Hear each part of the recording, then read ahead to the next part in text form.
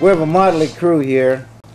6 people from one of the bands that left the School of Music a number of years ago, and that will bear itself out. But we are in 2006 on June 24th in Clarksville, Indiana, with the Navy Musicians Association reunion. And as we build this archive, we get as many groups as we can, and this is one very early group. And I remember these guys when they were a lot younger. Of course, I was a lot younger too. But what we're going to do is I'm going to start over with Avery, and I need you to state your name, and we'll go across the line and get who you are first. Okay, so Jack, go ahead, talk to me loud, please. My name is James L. Avery. Where are you from? Yeah, you guys are special. We all wonder where you're from. You're supposed to say your name, Ben. Ben McHorney, Carolina Beach. Okay. John Fluck, Duffy, Pennsylvania, living in Washington, D.C. Dutch. Vinole, nickname is Dutch, Pacific Beach, California, and San Diego. Okay. I'm Connie Younger from Boone, Iowa. All right. And I'm Dennis Bear from Middleton, Wisconsin, north of Madison, Wisconsin. Okay, since we ended with you, now we'll start with the question is, how did you hear about this Navy music deal, music in the Navy, and what led you to join the Navy? Sure, I'd be happy to. 1957, 58, I was in the high school band, and one of the fellows I was with, he was a trombone player, and he was a year ahead of me. He went to the School of Music, became a musician, and he visited our band room in high school, and I thought, that's what I want to do. He explained, he got up and talked to the whole band, and I thought it was exciting, and I always wanted to go to the Navy, so the summer of 58, my folks expected me to go to college, like every parent does. In the summer of 58, when they were on vacation, I went and joined the Navy. Unknown to them. Yeah. And I come home and explained to my mother I was going to the Navy, and she didn't like it at first, but she got to know because she worked up in the square around Madison, Wisconsin, and the chief that was the recruiting officer, he kind of knew my mother, and he talked to her and found out that was a good program, and she was pretty happy. I went to boot camp in Great Lakes. All right. Okay, and that was in the fall. I think I had to wait kind of for the numbers to come up, and I went there. I know it was very cold there in Great Lakes in the middle of winter, and I got home on leave on about December, before Christmas, and then right after that I left for the School of Music in Anacostia. Okay, we'll pick you up down there. Okay. Now. Yeah, I'm Connie Younger again, and I think mine's kind of boring. I went out right out of high school into college, and I found out it was a heck of a lot easier to just skip a class than it was to go to it. And the disgusting thing was then I couldn't pass the test at the end of the class, so I was flunking out, is the bottom line. And a buddy of mine said he was going to audition for the Navy program, wondered if I wanted to go along. I said, okay. So Lee Traster, I don't know if any of you knew him. I knew Lee. Did you? Yeah. Okay, he and I went up to Chicago, and we both auditioned, I think, on alto saxes, and we both made it. So we went into and I just signed the bottom line, not thinking very much. So both of you guys are reed players. So, Right. yeah. Okay. So anyway, that's how I got in. Lee went on to be in that Kettle band. Okay. Yeah. There's a And good. then I've lost track of him. There's a good story behind that, but not for here. Well, I can also say that I also took an audition at Great Lakes. All right. I went to Chicago for the physical, and before I signed, they sent me to Great Lakes. I took an audition from a chief there. Do you happen to remember who it I don't was? remember. Okay, that's all right. We'll pick it up somewhere. How about yourself? No idea who it was. Okay. All righty. Probably the same chief. I think I better move to the next guy because I can see he can't hardly wait.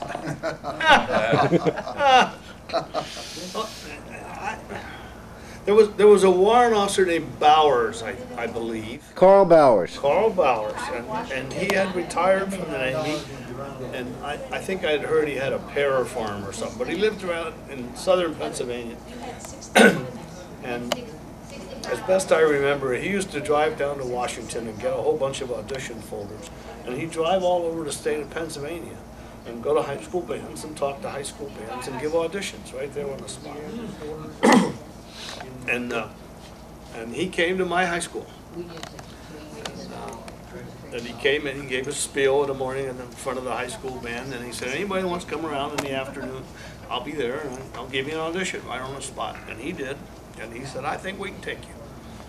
So, Even though you didn't play trumpet. huh? He was a trumpet instructor. Oh, he was a trumpet player? Yeah. But anyway, I auditioned for him, and he said, I'm going to tell the Navy recruiter here in town about this audition. I'll tell them that you passed, and all you have to do is go over there. You asked earlier about a kiddie cruiser. I was a kiddie cruiser. I was 17, so I went home, talked to my folks. They said, yeah, that sounded like a good idea, so they signed for me, and the recruiter did, in fact, know about the audition. Off I went to the school of music. Okay. That's very good. And Dutch? Well, mine's kind of complicated. I was raised by my grandmother, and November of my senior year in high school, she passed on. Then when that Asiatic flu went around in 1957. So I was wondering what I was going to do after high school. I had the senior counseling session, and the counselor asked me what I was going to do, and I was not a great student at that time. I had a lot of D's and F's, and I said, well, I don't think I'm going to go to college. I'm thinking about maybe going in the music program, maybe in one of the services. He thought that was a good idea. He said I would never make a college, and I really believed him at the time. And so I started checking into some of the music programs. I found out that if I auditioned for the Marine Corps, well, first of all, you audition after you join the Marine Corps. And if you don't pass the audition, you're a Marine. What attracted me to the Navy program was that you audition first, and then you know whether or not you're an incoming musician. And so I like that idea. Also, I'm from San Diego, and that's a real Navy town with a lot of bands at that time. And so I decided that I would give that a shot. I did. I auditioned. I passed the audition. I knew the one scale required to pass the audition, and I did get in, went through the Drum and Bugle Corps, and then I finally got to Washington, D.C. Okay, do you happen to remember who it was that auditioned you? No, I don't. Okay, that's all right. Yeah. And I need to back up to John for a minute. I alluded to Bowers being a trumpet instructor, and we didn't pick up the fact that you're a keyboard player. Yeah. Okay, and you made Another thing about Bowers is that when I got to the School of Music, there was all these guys from Pennsylvania. For years, they always say, why are there so many Navy musicians from Pennsylvania? I think Bowers was probably the reason, because he drove all over the state auditioning people, and it paid dividends over the years. Now let me throw this in at this point. Bowers was in Band 8, along with Dutch and Frank Eman and Gene Huddleston and John Cole, who made Warrant, and one other person, Bill Richardson, who went over to the Army and also made Warrant. That band spawned 6 warrant officers. Band 8 that was on the Pennsylvania at Pearl. So Carl was one of those folks. And Dutch told me an interesting story when I was talking to him, not to take up you guys' time, but one time they were playing on the ship, they were getting ready to go in the wardroom or something, and somebody sent out a cup of water for the band. And Bowers, this is a Marine that brought this cup of water out for the band, and Bowers said, tell the Admiral to stick this you know where, and the Marine went back and reported it to his superior, and the next thing you know, they took Bowers out of that formation, and he went down to the brig for 3 days, bread and water, just like that, boom. And this mug here, I know, yeah. Ben McHorney from Carolina Beach again, presently. I came about it coming in the Navy probably from a different angle. I come from a family of watermen. My dad was the youngest guy ever to get his master's license in New York Harbor, and he skippered the Statue of Liberty boat and several excursion boats in New York Harbor. And I just got a love of the sea then. I probably knew about that time I was going to do something in the water. There was a lot of Navy around New York at that time, and we moved down to North Carolina a little bit later on, and I got in the high school band, and my bandmaster there, Howard Wertley, knew some people in the Navy music program, and I don't know who, I don't remember who they were now, but he encouraged me to go into the Navy. He knew I didn't have too much money, the family didn't have too much money, so he encouraged me to do that, but I wasn't quite sure then, and I'd gotten a scholarship to East Carolina, so I decided to go to East Carolina first for a year. And at the end of that year, I kind of saw the direction I was going, being a high school band director, and I probably, that didn't seem like that was for me. So I auditioned that summer after a year at East Carolina, and went up to Washington, D.C. and auditioned. I don't remember who it was I auditioned with, but they accepted me. And went to boot camp as an MUSA. Playing what? Where was that at? Playing what? And Great Lakes. Went to Great Lakes. Playing what? Trombone. Oh, okay. Just want to kind of get that in there. Yeah. All right, let's. You thought I was a baritone horn picker, didn't you? No, I knew what you played. I just wanted to hear you say it. Okay. Yeah. Talk to me. I'm Avery from Watsonville, California. Just unlock the door. I'll get it. I left high school before I graduated in disagreement with my dad at the time, and I tried to figured I was going to go into one of the military services. I found out that you had a Navy program, music program. So I asked where you would go, and they said, well, if you wait 4 or 5 more months, you could go up to the Great Lakes. And I said, is it cold? You know, I mean, California's pretty warm. And they said, well, it'll be cold out there, but it gets warmer in the summertime. But anyway, I decided, hell with it, I'll go down to San Diego. And then I auditioned down in San Diego.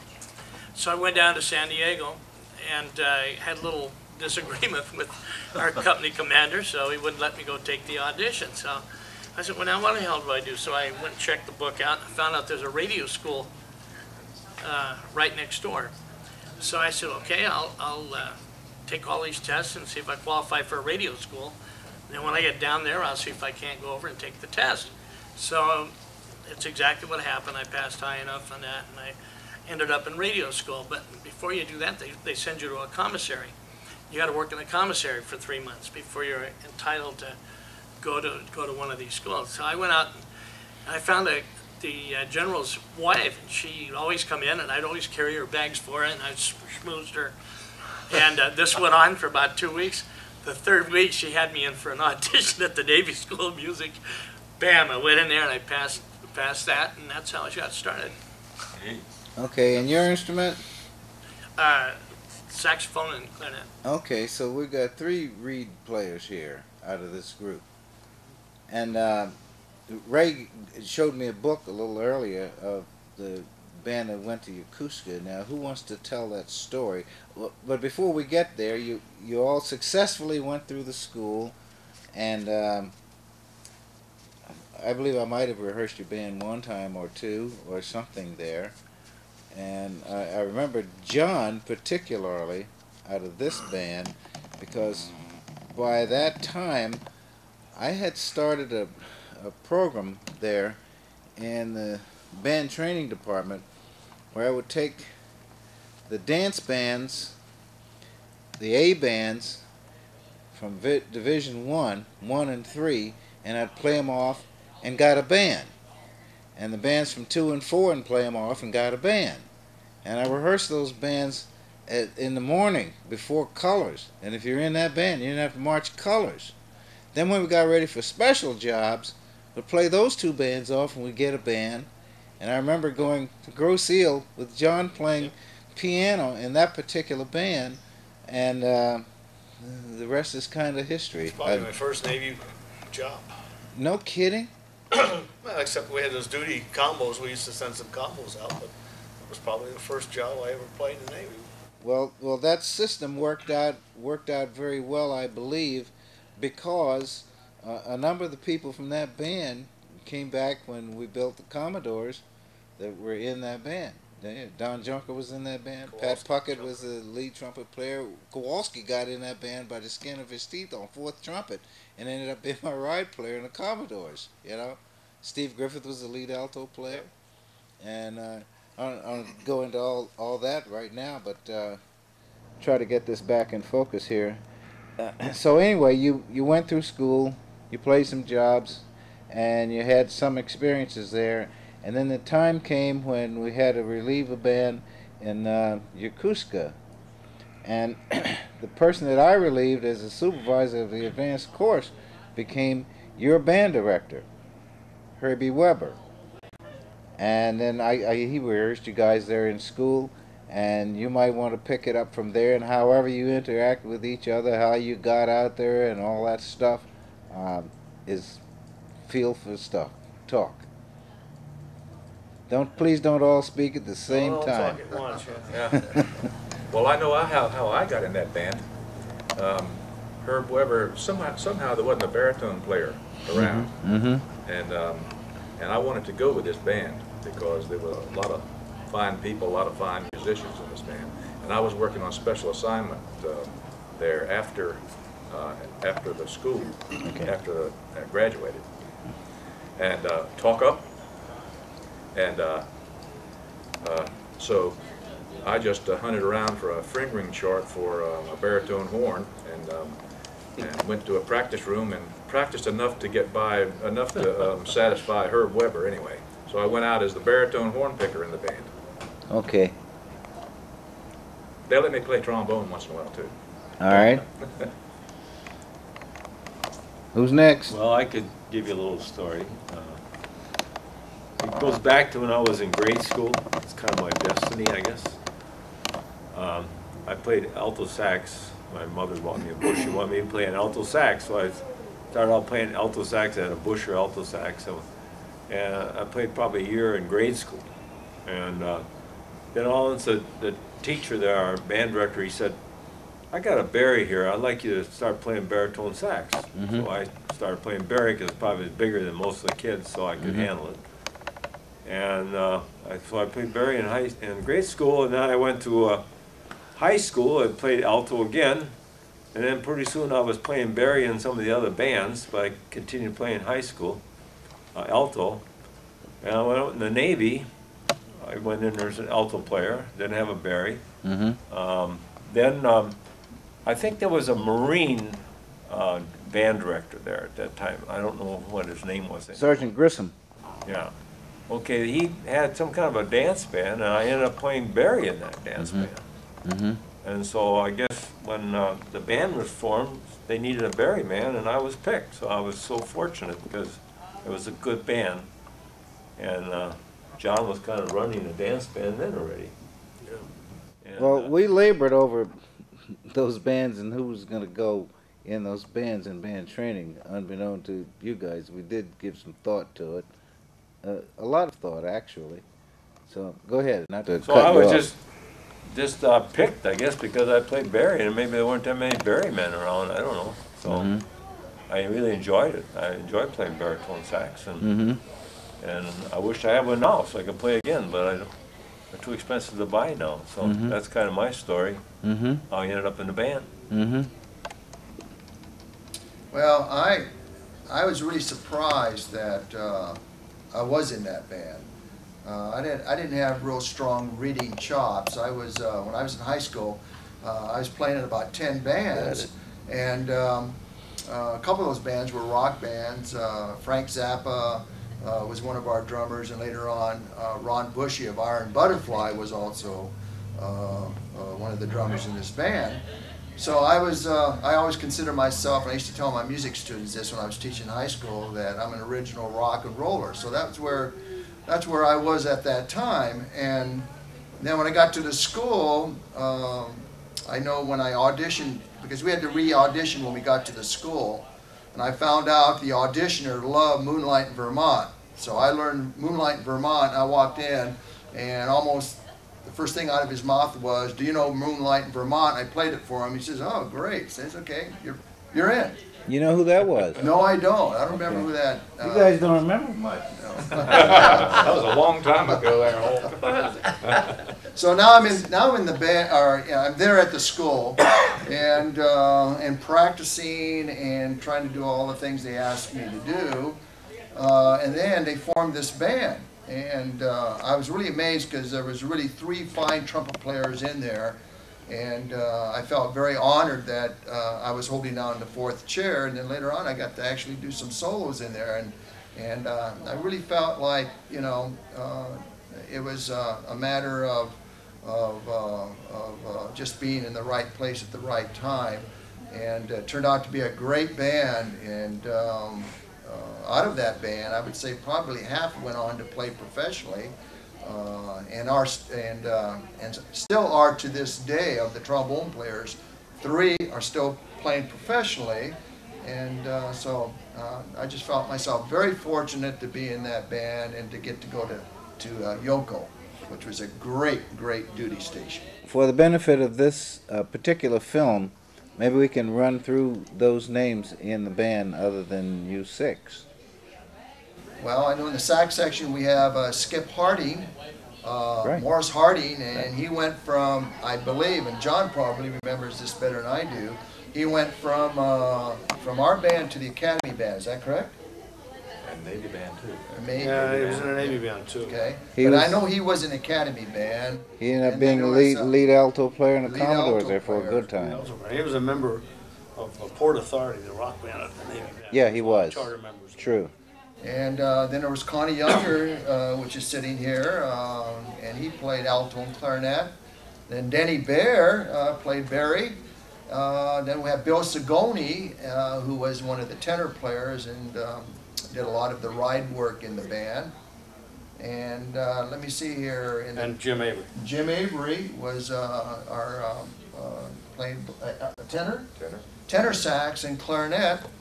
And we all love James because he always got in trouble and always got out of it. And we have some really great stories to tell about that. Will come later on. In the trombone section, of course, we had Ben here, who went on to become a warrant officer, and we're very proud of the work he's done in the Navy. Then Bob Holtz, my very dear friend Bob Holtz, who is teaching high school in San Diego now, plays professionally, played a lot in Las Vegas with some really heavy people, and he's become one of the finest piano players, jazz piano players in San Diego. Gary Thompson is now Dr. Gary Thompson. He stayed in the Navy, made a career out of it, and now plays in some of my bands, and besides trombone, he is an outstanding guitarist. And then there's Alan Charlesworth. He played bass bone in the band, and he's now a very fine classical trombonist and plays with some brass bands in San Diego, and that are very well known. And then trumpet section, we had Jim Duffy played lead, and was a fine trumpet player. I don't think he's playing anymore, but did a great job for us. Dave Wolford was also a fine reader, fine trumpet player. And then Jerry Lillidahl, who became Chief Lillidahl, and he went to the NORAD band. Right.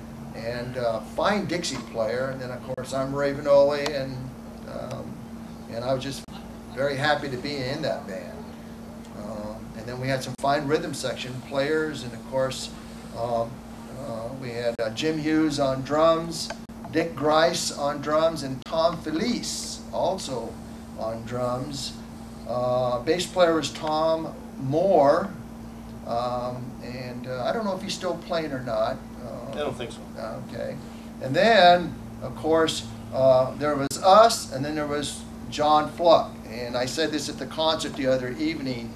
We are all restricted by our abilities to perform, to play on our instruments. not John. There is no restrictions in regards to John.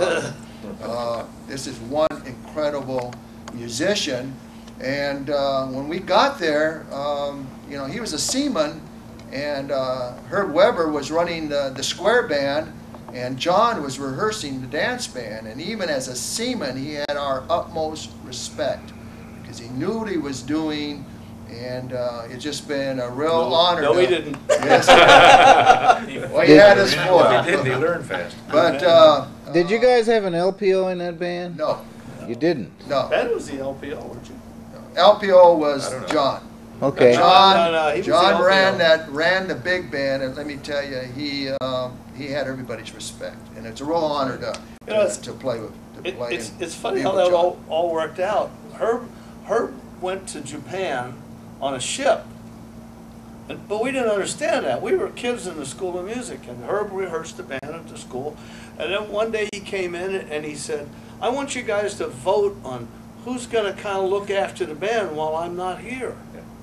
And so they voted for me. They said, "Well, John plays piano. We don't need him to play. We all play horns. We got to play." So they picked me. And I didn't understand what that meant. I didn't realize that Herb was leaving. So the following Monday, we fell out of the barracks. We used to march over from the barracks to the school. There's nobody there to march the band over. Somebody said, "Hey, John, you better march the band over." So I went over and I said, "I don't know what to do. What do I do?" Tell them to turn left. So we marched over to school. So we get to the rehearsal room. We're sitting in the rehearsal room, and there's nobody to rehearse the band. And I said, "Well, John, you're the guy that's supposed to be in charge. Go ahead and find out what's going on." So I go into band training office, and I said, "Is somebody supposed to rehearse our band?"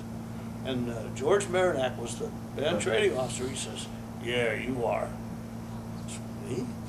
And I went in there, I was like, "Well, I don't know what to do." So all of a sudden I was the band leader, and we've come to find out that Herb Weber had left us. So that's how I became the assistant leader of that band.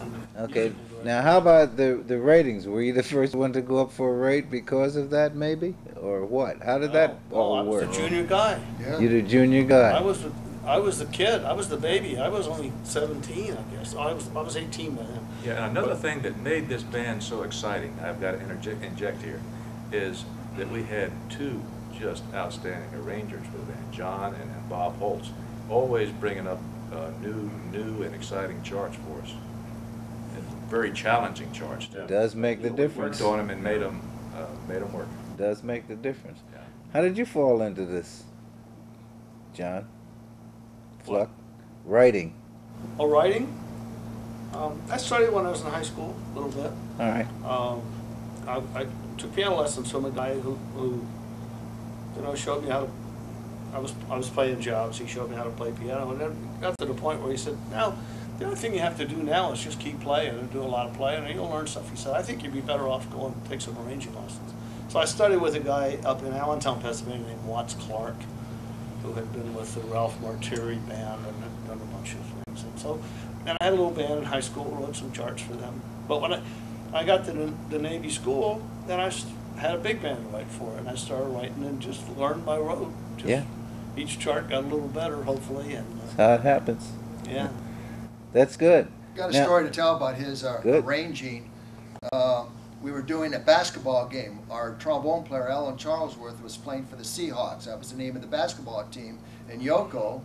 And so we would go to the basketball games, and the coach of the Seahawks, which was a lieutenant, I believe, came over and says, "You guys know this particular number," and we didn't, and he left, but we didn't tell him we didn't know. John says, "We'll take care of it," and so we started gathering gum wrappers, popcorn boxes, any pieces of scrap paper we could find, and John wrote the arrangement out. Then he handed all these little pieces of paper out, and we all were looking down, and we played it, and of course that really made Herb Weber look like like he really knew what he was doing. And So somebody said the other day the song was Tequila. I think it was. And so we ended up scratching out an arrangement. Tequila, we shouldn't have very hard song, yeah. But Right. That lessened the difficulty right there, right? John just sat over there in the end, right? When I say John had no restrictions, that's just, we're talking about piano playing. He also played bass drum in the marching band. I was a I won't say fine- anything else. Fine bass drummer. In fact, that was his major, basically. That was my major, Right. yes. I was Okay. superlative bass drummer. I think we have to give John a lot of credit because he kind of kept our group together after we got out of the Navy All right. by writing us the addresses of other fellows That's right. and communicating with them and getting us together. So that was great.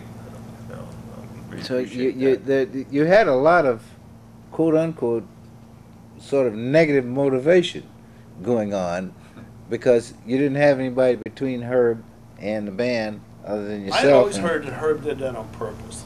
He didn't want some old reprobate first class contaminating his band or something. He said, I want all fresh kids out of the school that I can mold into my scheme. It was pretty moldy by the time. But It is that's, now. that's know what that. we're definitely are moldy now. But that's what I'd always heard, you know. And Now- so we ended up. It was a pretty good group.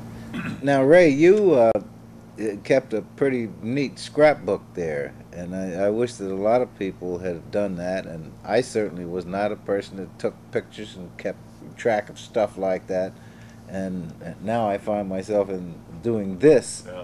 but that's great, and I'm looking forward to having some of those pictures to put in our archives, because the little fine line that runs through Navy music, through this Navy Musicians Association, is so very, very unique.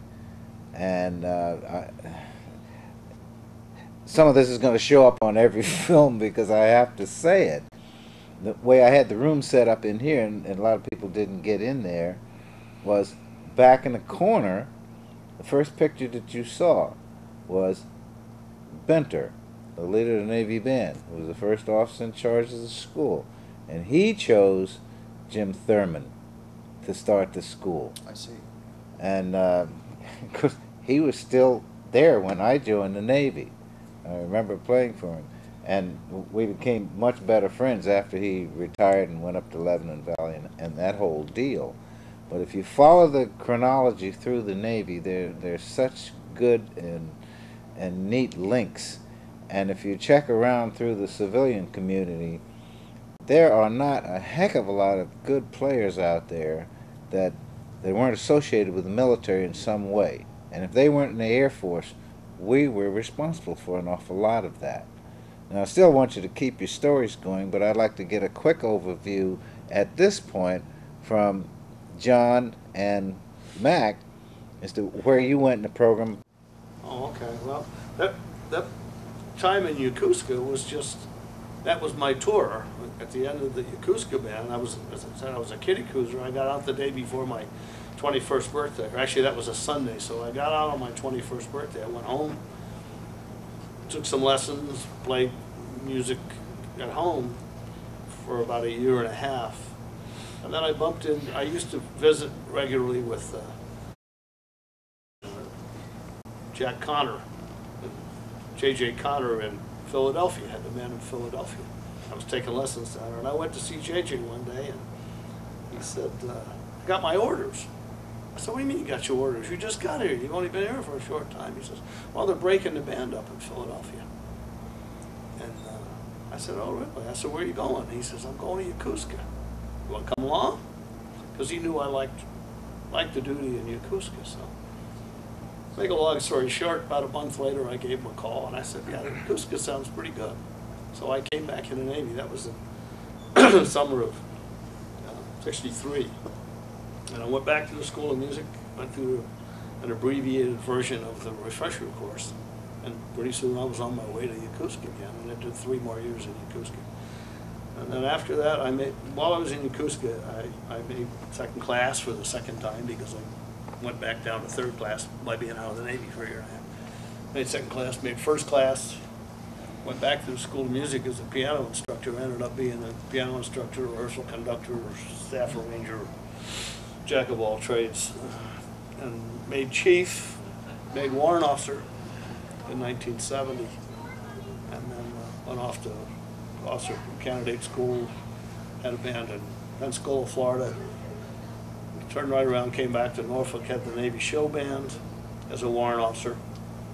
And then in 1974, I got a commission as Lieutenant JG, was a training support officer at the school, made lieutenant. I was director of the Sinclair Fleet Band.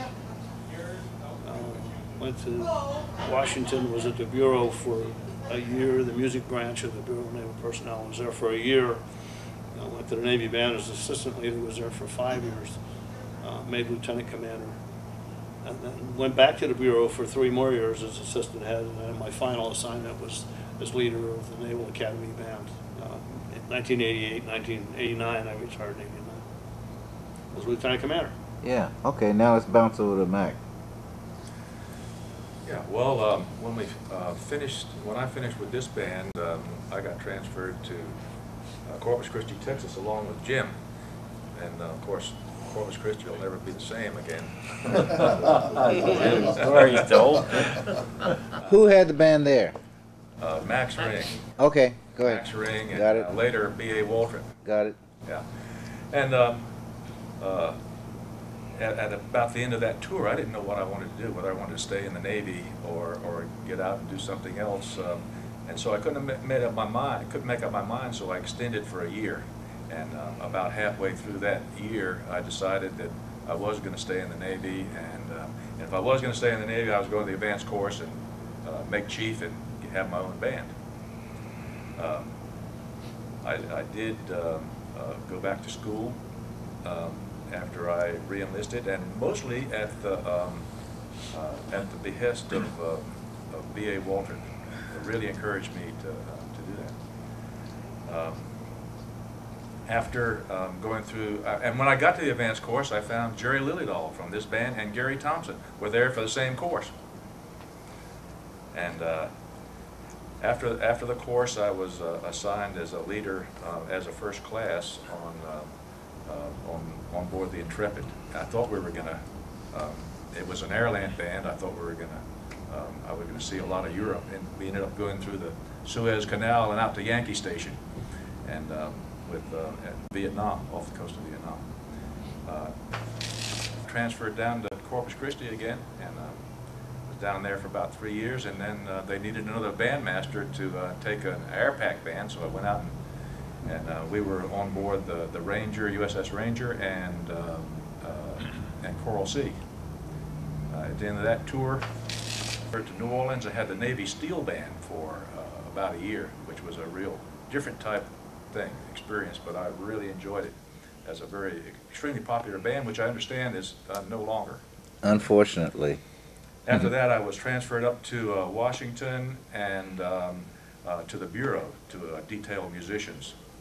And as John said a while ago, I did the same thing that I toured around Pennsylvania to get a lot of musicians in the Navy. And what years were you at the Bureau? What year was that? Yeah, what years were you at the Bureau? That was 1976. Okay, that's Just good. for 70. Because you guys are going to help fill in some of my stuff, because I don't know about the changeover very much. Yeah. Don't have much information about that at all.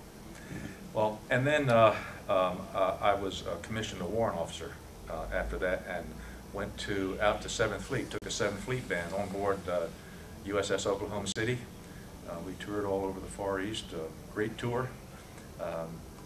And at the end of that, I was transferred to where?